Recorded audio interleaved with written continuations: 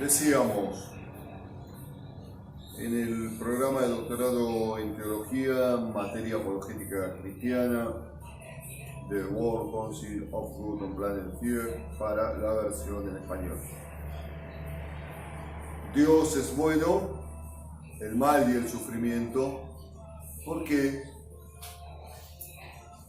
Les habla su anfitrión, obispo cristiano, profesor, doctor honoris causa, Martín Rodolfo Saturnino Maure Cañete, de la Goitía Sabino Goselia Alvareño I. El cristiano y el cristianismo deben enfrentarse constantemente a la pregunta de muchas personas que dicen: ¿por qué si Dios es bueno existe el mal y el sufrimiento en el mundo? ¿Por qué los buenos sufren? ¿Por qué la maldad? ¿Por qué los desastres naturales?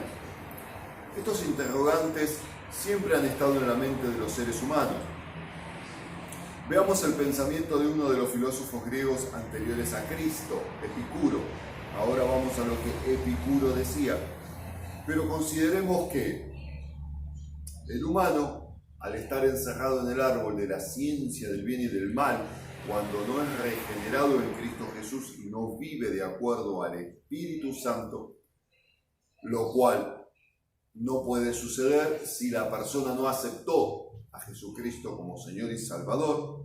Si no aceptó a Jesucristo como Señor y Salvador, aún tiene su espíritu humano muerto, está amortecido, y entonces de ninguna manera puede vivir según el Espíritu Santo, porque se discierne espiritualmente. Ahora, el humano en esa condición cree que es el ombligo del mundo, cree que lo que pasa por su cabeza y su razonamiento, porque está detenido, paralizado en el árbol de la ciencia del bien y del mal,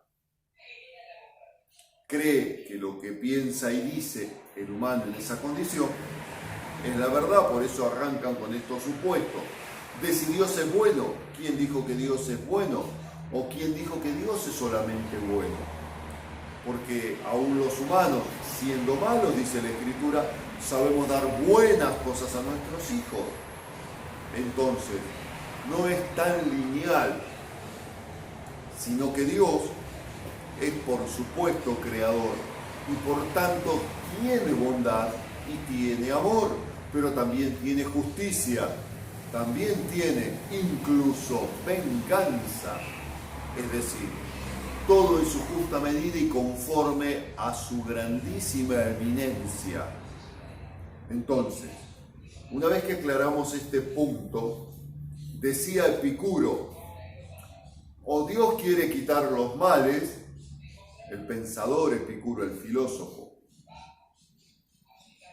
y es incapaz, o él es capaz de quitar los males y no quiere hacerlo. O él ni quiere ni es capaz, o él quiere y es capaz y no lo hace. Si él quiere y es incapaz, él es débil, lo que no concuerda con el carácter de Dios. Si él es capaz y no quiere, él es egoísta, lo que también está en desacuerdo con la revelación natural de Dios. Si él ni quiere ni es capaz, él es tanto egoísta como débil y por tanto no es Dios. Eso decía Epicuro. Si él quiere y es capaz, lo que es idóneo de Dios, ¿de dónde pues se originan los males y por qué él no los elimina?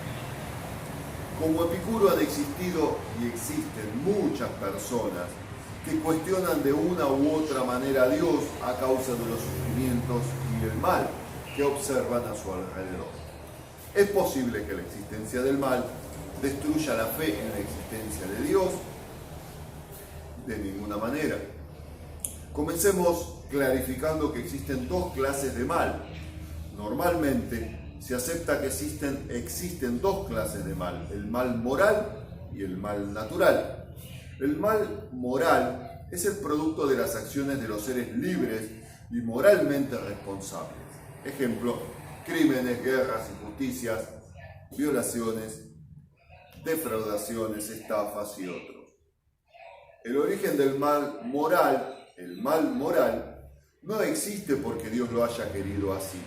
No es el producto de su actividad creadora.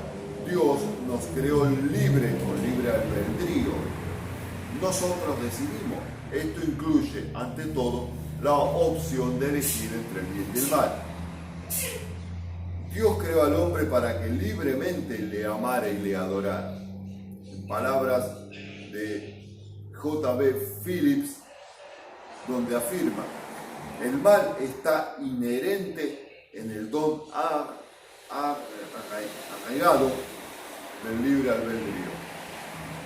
Si Dios decidiera hoy arrancar del mundo todo vestigio del mal y del pecado, seguramente mañana no estaríamos aquí, porque debería de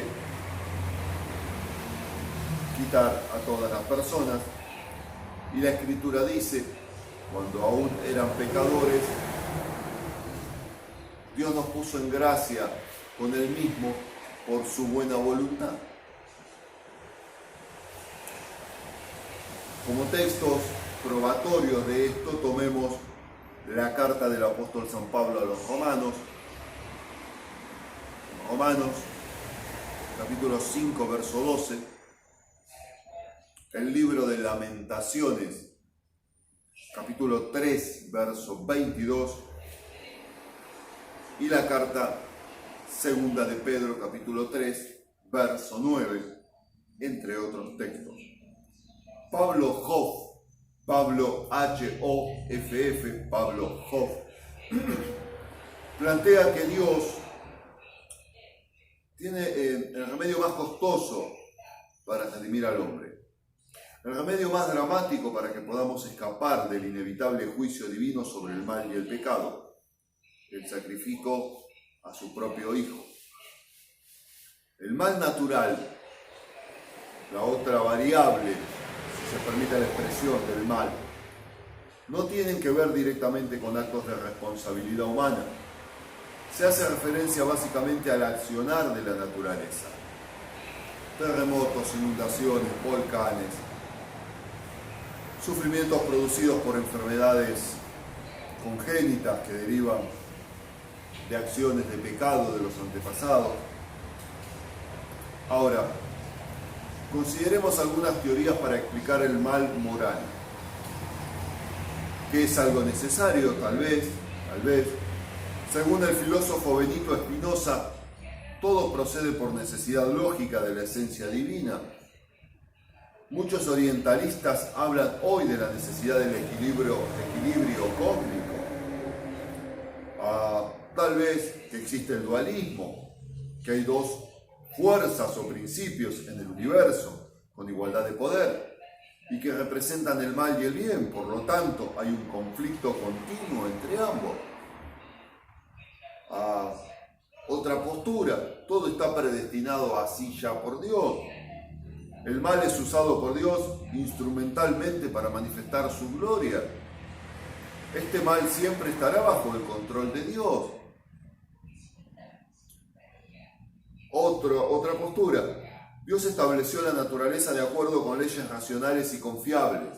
Por lo tanto, esto permite que tengamos una vida placentera, pero en ocasiones el mal entendimiento de estas leyes o el desafío a las mismas ocasionan desastres que el hombre pudo haber evitado.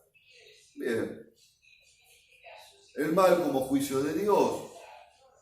Muchos consideran que los desastres naturales son manifestaciones del juicio de Dios por causa del pecado del hombre. Pero, cuando los desastres afectan naciones sometidas a la soberanía de Dios o a creyentes fieles,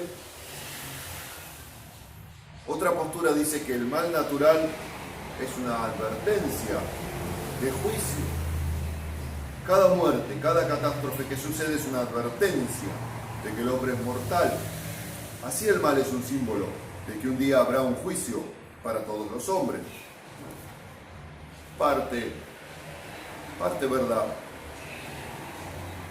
Validemos y traigamos un poco de luz antes de las conclusiones lógicas al respecto de todo esto que estamos conversando. Apocalipsis, capítulo 20, verso 10. Libro de Efesios, capítulo 1, verso 11 y 12. Libro de la carta de San Pablo a Roma, capítulo 8, verso 28 y 29. Evangelio según San Juan, capítulo 9, verso 2 y 3. Lucas, capítulo 13, verso 4 y 5. Génesis, capítulo 3, verso 16. Carta a los Hebreos, capítulo 12, verso 6. Segunda carta a los Corintios, capítulo 12, verso 9. Y algunos salmos, Salmo 73, capítulo 2, verso 14. Salmo 73, verso 17. Salmo 73, verso 26. Para que este video no se haga tan largo, hagamos algunas conclusiones sobre esta materia apologética cristiana del programa de doctorado en teología del World Council of Good on Planet Earth. Conclusiones. Traigamos 3. Dios muestra su amor para con nosotros participando de nuestro sufrimiento, así como usted lo oye. Libro del profeta Isaías, capítulo 63, verso 9. El mal, el dolor y el pecado no serán eternos, así como usted lo oye. Evangelio según San Mateo, capítulo 13, verso 43. Libro de Apocalipsis, capítulo 21, verso 1, 2 y 27. Así que el filósofo Epicuro no tenía razón. Es posible que el mal pueda existir en un mundo gobernado por Dios, bueno, amoroso y todopoderoso, y ahora vamos a explicar por qué. El mal en este mundo es pasajero y es temporal. Dios lo tolera por el momento, pero el triunfo final de Dios es verdadero. Todo mal será destruido. Todo mal será destruido. Junto con todo lo que tenga que ver con cuestiones de la naturaleza caída.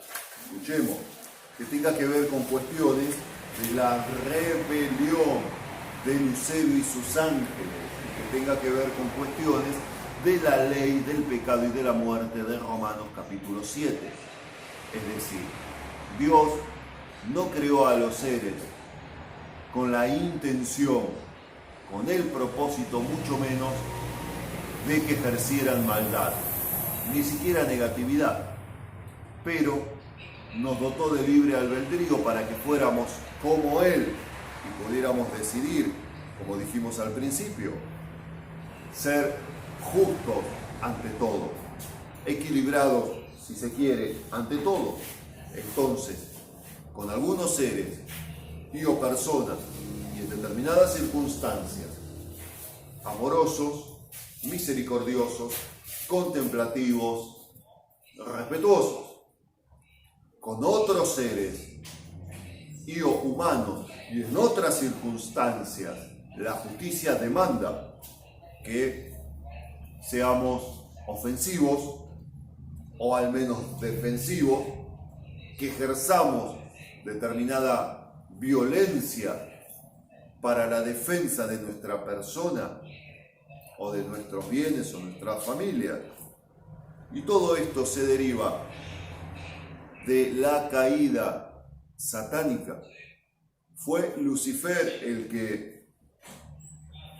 trajo al universo de Dios, el que metió en el universo de Dios, usando su libre albedrío y decidiendo obviamente mal y para la oscuridad, el mal, lo que llamamos el mal. Entonces, finalizamos con esto, este tramo, y agradecemos su tiempo, agradecemos a los ministros de Chile, de Bolivia, de Perú, de República Dominicana, de Ecuador, de Guinea Ecuatorial y de otros países en donde el habla que utilizan es la española.